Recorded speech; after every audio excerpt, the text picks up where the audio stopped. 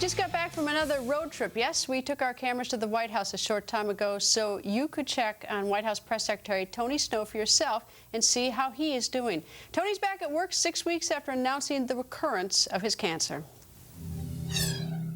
Tony, I like your office building. Yeah, well, I like it too. It's very nice. How's the job? Oh, I love it. How long have you been here? It's been just a little more than a year. Let me check. It's like a year this week that I did my first briefing. Any surprises? Yeah, the two surprises I've always told people about. Number one, just how much fun the job is. Because I had no idea coming in. I really didn't. I didn't have a concept.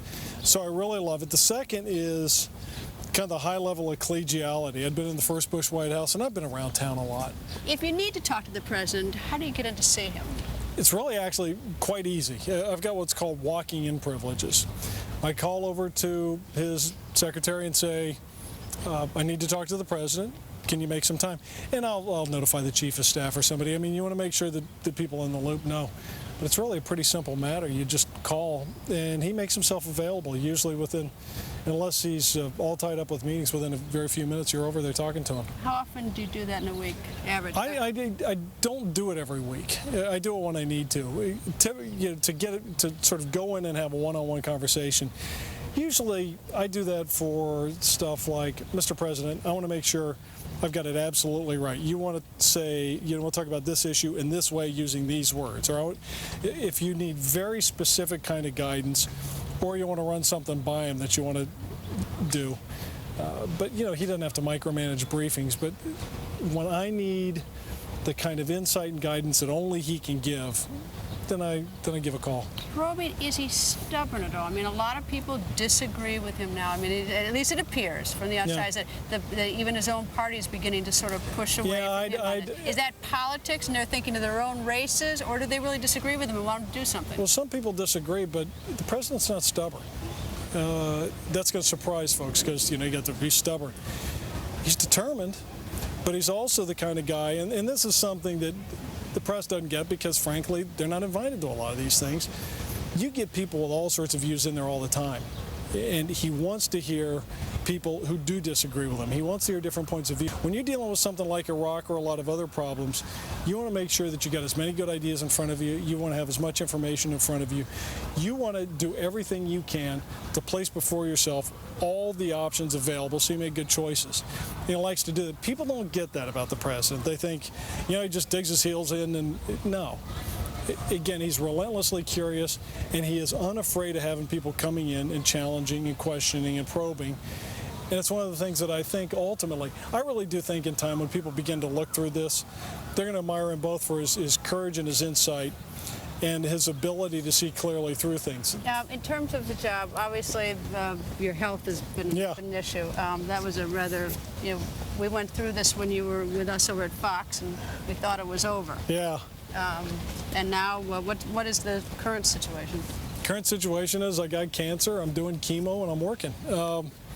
The interesting thing about cancer, a lot of cancers, is that once upon a time, if you got it, you just said your prayers and made your plans. These days, what you do is you get a treatment.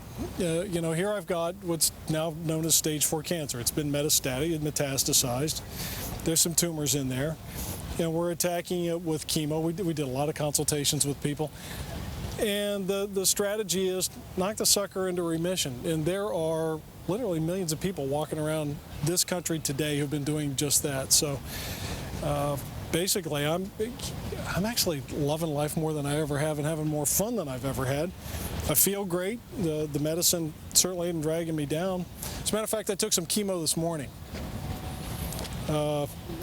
They have pills you can take sometimes. So part of my chemo is getting IVs, and part of it's taking pills. In terms of, I guess what a huge adjustment in your life when you get that news. How do you tell the president? I mean, that was pretty easy. I ended up calling the office, and he found out that way, and then he called back, and I told him. But before I'd gone in for surgery, I said, we've found something. They actually thought it was benign. I said they think it's benign, but I think we ought to be pretty aggressive and cautious and go take a look at it.